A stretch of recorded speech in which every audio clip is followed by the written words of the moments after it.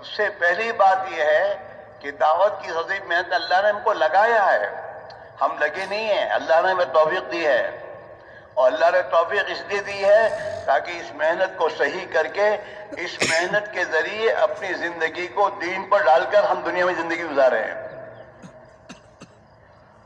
اور ہر مسلمان کو اس محنت پر کھڑا کریں،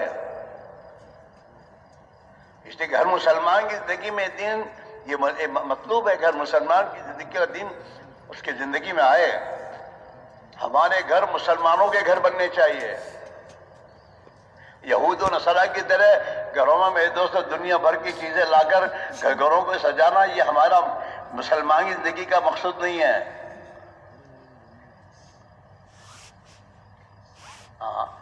اللہ کے نبی نے اپنی امت کو سادہ زندگی بتائی ہے، سادگی کے ساتھ رہو اور سنت کے مطابق رہو۔ سنت والی زندگی سادگی والی زندگی ہے، تکلفات والی زندگی نہیں ہے۔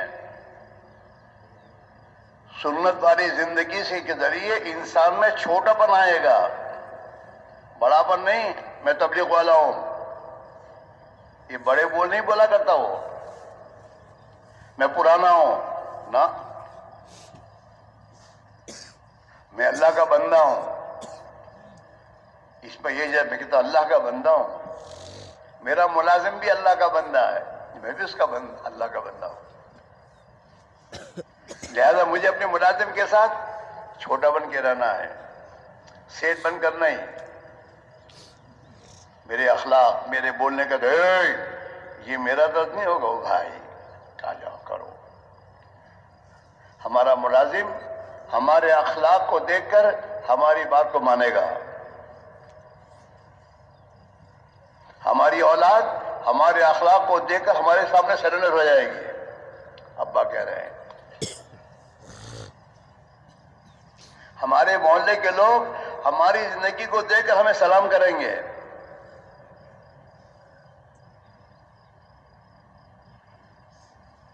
خوب کہنا اور ہے، خوب ہونا اور ہے۔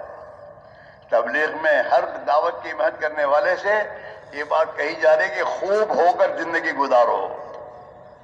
تمہاری تجارتیں اوروں کی تجارت جیسے نہیں ہونی چاہیے، امانت داری، سچائی والی، اپنے گاہکوں کے ساتھ اخلاق سے پیش آنے والی، اپنے بھائی اور اپنے گاہک کے ساتھ ہمدردی والی ہماری تجارت ہونی چاہیے۔ دنیا کمانے کا چکر مسلمان کا نہیں ہوتا، مسلمان تو اپنی دنیا میں بھی اپنا دین بناتا ہے۔ ہاں، ہمارے بڑے بزرگ کیا فرماتے ہیں کہ اپنی دنیا سے اپنی آخرت بناؤ تو ہو سمجھدار، عقل مند۔ اگر اپنی دنیا سے دنیا بنا کے مرو گے تو دنیا سے تو خالی ہاتھ ہو کے جاؤ گے، دنیا کیا کام تمہارے آئے گی؟ اس سے بڑا احمق کون نہیں ہے؟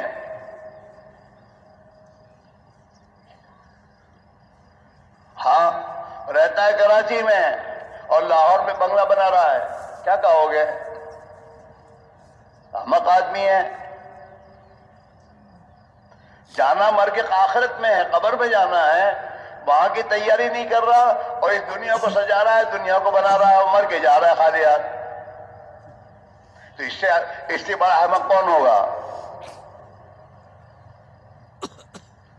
اس لیے حضور صلی اللہ علیہ وسلم نے اپنی امت سے فرمایا الکیس من دان نفسہ وعمل لما بعد الموت، کہ تم میں سمجھدار آدمی، عقل مند آدمی وہ ہے جو اپنی نفس کو کنٹرول میں رکھے۔ جب پیسے آتے ہیں تو نفس کنٹرول میں نہیں رہتا۔ ہاں، پیسے آئے ہاتھ میں، اب جس گھر میں پردادا بھی اسی گھر میں بڑے ہوئے پلے اور اس میں زندگی گزار کے گئے، دادا بھی اس میں جا کے گئے، ابا بھی اسی میں اس گھر میں زندگی گزار کے گئے، اور اس کے پاس بھی وہ گھر آیا ہے، اب کیا کہتا ہے؟ گھر پرانا ہو گیا، اب نیا بنگلہ بناؤ۔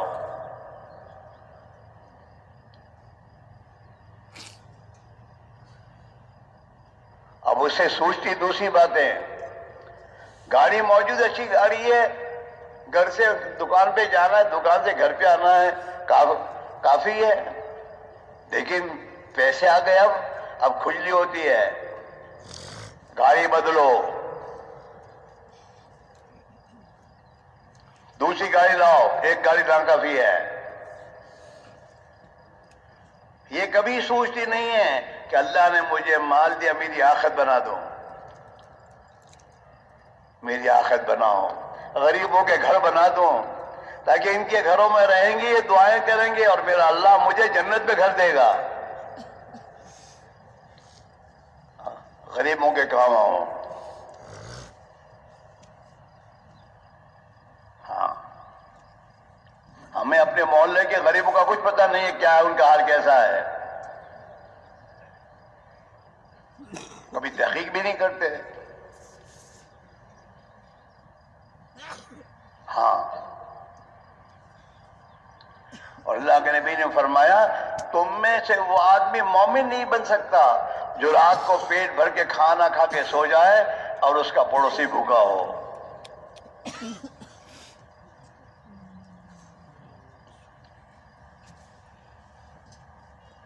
الدین والنصیحہ، دین تو پورا ہمدردی کا نام ہے. ہمارے اندر ہمدردی آئے، اپنے ملازمین کی ہمدردی ہم خود غرض نہ ہو، میرا کام کر، کام کرے گا پیسہ ملے گا جا، ایسی بات نہیں ہماری. ہمارے دلوں میں ہمدردی ہونی چاہیے اپنے ملازم کی. ہاں، عید آنے سے پہلے پوچھے ہم کہ بھائی کیا بچوں کی کپڑے سلائے تو نے؟ میرے بچے میرے ہیں، کیا اس کے بچوں کے دل، اس کے بچے کے بعد اس کے دل میں محبت نہیں ہوگی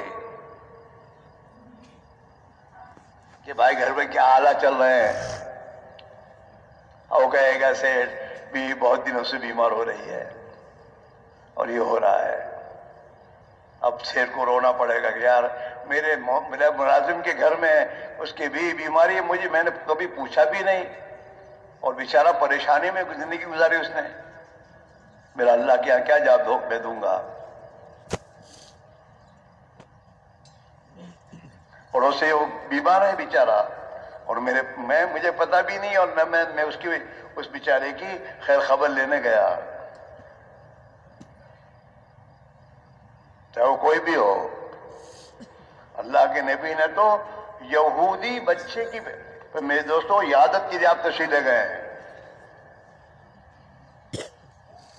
ایک یہودی کا بچہ نوجوان حضور کے پاس آتا جا رہتا تھا، اس نے کچھ دنوں سے وہ آنا بند ہو گیا، آیا نہیں. حضور نے پوچھا ارے وہ نوجوان آتا تھا وہ آتا نہیں، کیا بات، کیا ہوا؟ اور ہمیں اپنے محلے کے مسلمانوں کا بھی پتہ نہیں ہے. ہم نے اپنے آپ کو ایسے بنایا ہی نہیں ہے کہ ہمارے محلے کا غریب بے جھجک السلام علیکم کہ ہمارے پاس آگے بیٹھے.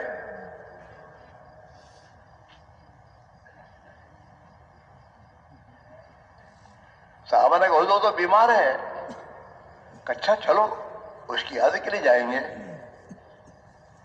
تو حضور اپنے صحابہ کو لے کر اس کے گھر گئے عیادت کے لیے اس بچے کی.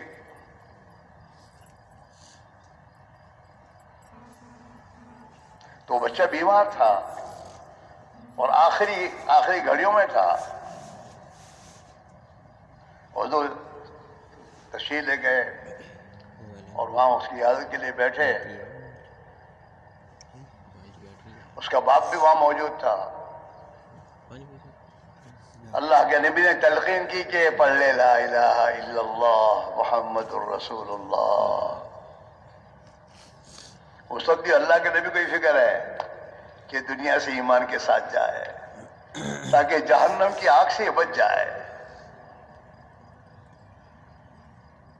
ہمیں تو اپنے محلے کے مسلمانوں کی ہمدردی نہیں ہے. محلے میں کتنے ہمارے بھائی بے نمازی ہیں، نماز سے غفلت میں ہیں، اپنی زندگیوں کے رخ کو غلط کیے ہوئے ہیں، رات دن دیکھ رہے ہیں. لیکن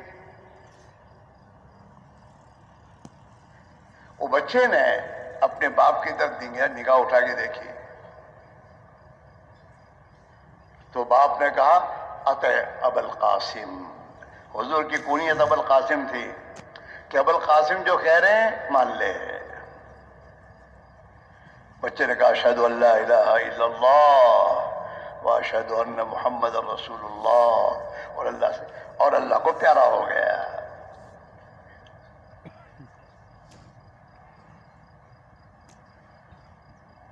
اصل تو دعوت کی عظیم محنت کا مقصد یہ ہے ہماری زندگی میں پیارے نبی کی مبارک زندگی، آپ والے اخلاق، آپ والی ہمدردی، خدا کی مخلوق پر رحم کھانا، یہ ہماری زندگی میں دن بدن آ رہا ہو، جو ہمیں چین سے گھر میں بیٹھے نہ دے۔ پھر 2.5 گھنٹے 8 گھنٹے کا مسئلہ نہیں رہے گا،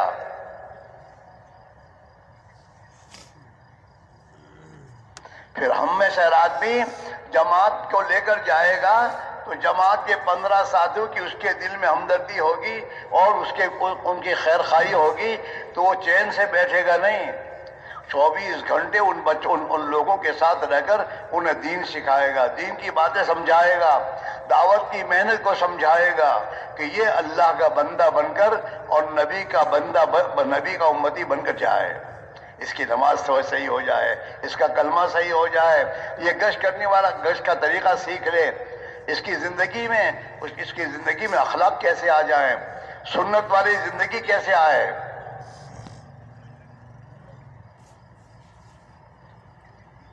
تعلیم کر کے چھٹی نہیں دے دے گا، وہ ان کو لے کے بیٹھے گا، انہیں عملی طور پر وضو کرنا سکھائے گا۔ اپنی جماعت میں عالم دین ہے تو ان عالم دین کے پاس بیٹھ کر ان سب کو فارغ وقت میں دین کی باتیں، سنت طریقے، کھانے کے پینے کے،